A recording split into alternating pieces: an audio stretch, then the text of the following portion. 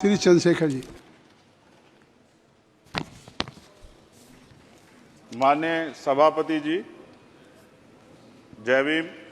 बहुजन समाज में जन्मे सभी संतों, गुरुओं, महान पुरुषों को नमन करता हूं, जिनमें महात्मा ज्योतिबा फूले, डॉक्टर बाबा साहब अम्बेडकर और मान्यवर काशीराम साहब को मैं याद भी करता हूं आज के दिन पर। साथ साथ नगीना की महान जनता और भीम आर्मी और हमारी पार्टी आज़ाद समाज पार्टी काशीराम के साथियों का भी धन्यवाद करता हूं। इसके बाद अपने कुल गुरु जगत गुरु सदगुरु रविदास जी महाराज को भी मैं नमन करता हूं, जिन्होंने दुनिया को लगभग 600 साल पहले बेगमपुरा शहर के रूप में दुनिया का सबसे महान लोकतांत्रिक दर्शन दिया। अध्यक्ष महोदय, माननीय सभापति जी, 14 अगस्त 1947 को ये देश अंग्रेजों के अधीन था। 15 अगस्त 1947 को हम लोग आज़ाद हुए। 16 अगस्त 1947 को देश आज़ादी में था, लेकिन धन धरती राजपाट में बंटवारा नहीं हुआ। जो साधन संसाधन थे उनमें बंटवारा सही रूप से न होने के कारण एक बहुत बड़ी आबादी सुविधाओं से वंचित और सम्मान से वंचित रह गई। उनको सम्मान देने के लिए और अंतिम व्यक्ति तक सुविधाएं पहुंचे, इसके लिए लोकतंत्र की व्यवस्था हुई। लेकिन आज़ादी के 70 साल बाद भी हम कहाँ खड़े हैं, इस पर ये चिंता का विषय है। मैं मानता हूं कि सामाजिक न्याय तभी होगा माननीय सभापति जी, जब जातीय जनगणना पूरी होगी और जातीय जनगणना कराई जाएगी और साथ साथ संख्या के आधार पर आरक्षण जो है वंचित वर्गों का बढ़ाया जाएगा। उसके साथ साथ जब राष्ट्रपति जी अभिभाषण पर बात रख रही थी तो उन्होंने शहरी और ग्रामीण क्षेत्रों के विकास की बात कही और ये भी कहा कि दुनिया में सबसे उत्तम शहर हमारे यहाँ बने। लेकिन माननीय सभापति जी, 70% आबादी तो गांव में निवास करती है, तो गांव की आबादी के बारे में भी सोचना होगा कि उनका जीवन कैसे बदले। माननीय सभापति जी, उच्च शैक्षणिक संस्थानों में बहुजन समाज के जो छात्र हैं उनके साथ कास्ट एट्रोसिटी हो रही है, निरंतर उनकी हत्या हो रही है। साथ साथ जो सरकारी कर्मचारी हैं दफ्तरों में, उनके साथ भी जो SC ST OBC और मुस्लिम और अन्य धार्मिक अल्पसंख्यक है, उनके साथ भी माननीय सभापति जी जातिगत और धार्मिक जो है शोषण किया जा रहा है। इसलिए मेरी मांग भी है कि पुरानी पेंशन को भी अध्यक्ष जी बहाल किया जाए। जो कर्मचारी देश की सेवा में लगे हैं उनका भी सम्मान होना चाहिए। साथ साथ सभापति जी, भाजपा ने चुनावी लाभ के लिए सबका साथ सबका विकास के नारे दिए जो खोखले हैं, क्योंकि 10 साल में दलित, पिछड़े, आदिवासी, मुस्लिम और अन्य धार्मिक अल्पसंख्यक जो अत्याचार हुए हैं वो किससे छिपे हुए नहीं हैं। ये गलत है, ये बंद होना चाहिए।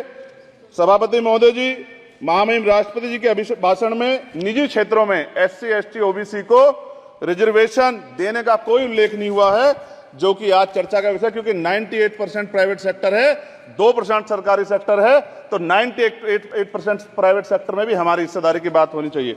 माननीय सभापति जी, आशा कार्यकर्ताओं, आंगनबाड़ी वर्करों, भोजन माताओं के वेतन वृद्धि पे भी कोई उल्लेख नहीं हुआ है, वो भी अभी नंगे, उन पर भी सोचना पड़ेगा।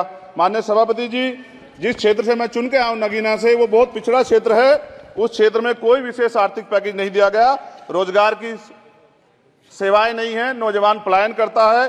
IIT, IIM, एम्स, केंद्रीय विद्यालय आदि शिक्षा में और चिकित्सा संस्थानों की स्थापना होनी चाहिए, जो कि नहीं है। और माननीय सभापति जी, मानसून सत्र आ गया है, मेरा क्षेत्र बाढ़ से बहुत प्रभावित है, इसलिए मैं आपसे आग्रह करूंगा कि वहां के लोगों को बाढ़ से निजात दिलाई जाए। माननीय सभापति जी, चीन हमें आंख दिखा रहा है और लगातार हमारे देश की सीमाओं में घुसपैठ कर रहा है, इसलिए अग्निवीर योजना को हटाकर पुनः सेना भर्ती शुरू की जाए और साथ साथ भारत की सबसे प्राचीन व बहादुर रेजिमेंट में से एक चमार रेजिमेंट को पुनः बहाल करा जाए, ऐसा भी मेरा आपसे आग्रह है। माननीय सभापति जी, पिछले सारे प्रधानमंत्रियों ने मिलकर जितना कर्ज लिया है उससे दुगना कर्ज हमारे वर्तमान के प्रधानमंत्री जी ने लिया है। किसान अगर अपना कर्ज माफ कराने के लिए जाता है तो लाठी झेलनी पड़ती है, जबकि सरकार ने धन्ना सेठों का 15 लाख करोड़ रुपया माफ किया है। इस ओर हमें ध्यान देना पड़ेगा, हमारी आने वाली पीढ़ियों को ये कर्ज चुकाना पड़ेगा। माननीय सभापति महोदय जी, किसानों को MSP की लीगल गारंटी तथा किसानों का कर्ज माफ होना चाहिए। साथ साथ 2 अप्रैल 2018 को SC ST के बच्चों पे बहुत बड़े पैमाने पे मुकदमे लगे थे, वो हमारी लड़ाई सही थी, ये सुप्रीम कोर्ट ने माना और बाद में सरकार ने माना, वो मुकदमे तुरंत वापिस होने चाहिए। माननीय सभापति जी, प्रेस जो है उस पर भी शिकंजा कसा जा रहा है। जो पत्रकार सरकार के खिलाफ बोलता है नौकरी से हाथ धोना पड़ता है, और सोशल मीडिया हमारा हथियार है, उस पर तरह तरह के प्रतिबंध लगाए जा रहे हैं और विरोध करने वालों को सोशल मीडिया हैंडल भी सस्पेंड करा दिए जा रहे हैं।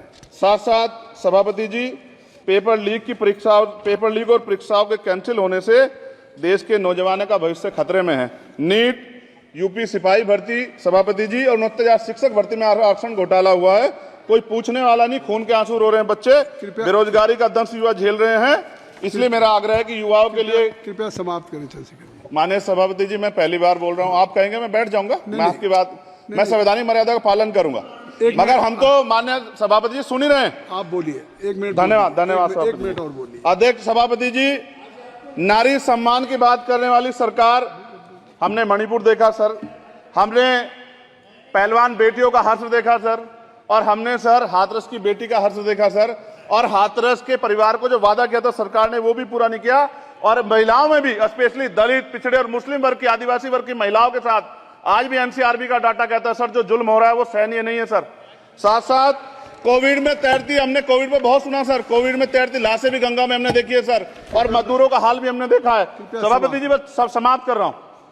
नोटबंदी पे छोटे मजले उद्योग की जो कमर टूटी वो भी हमने देखी है।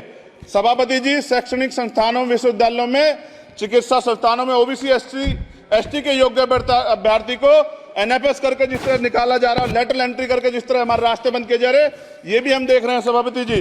साथ साथ मेरा ये कहना है सर, ये सबका इशू है कि प्राइवेट कर्मचारी सर और सरकारी भी कई जगह पे 8 से ज्यादा घंटों से काम करते हैं, और उनको जब सर उचित वेतन भी नहीं मिलता, तो न्यूनतम वेतन 20,000 रुपए तय हो और 24 घंटे की ड्यूटी। उदाहरण के तौर पे यूपी पुलिस सर बहुत पूरा काम करते हैं वो लोग, वो राज्य के विषय हैं। आप सर मैं आपके राज्य सरकार के लिए भी आपके संज्ञान में डाल रहा हूं। विषय सर पुलिस सब जगह है सर, लेकिन सवाल ये है सर, बहुत पसीना बातें हैं, 8 घंटे की ड्यूटी और वेतन विसंगति, बॉर्डर स्कीम से उनको जो है बाहर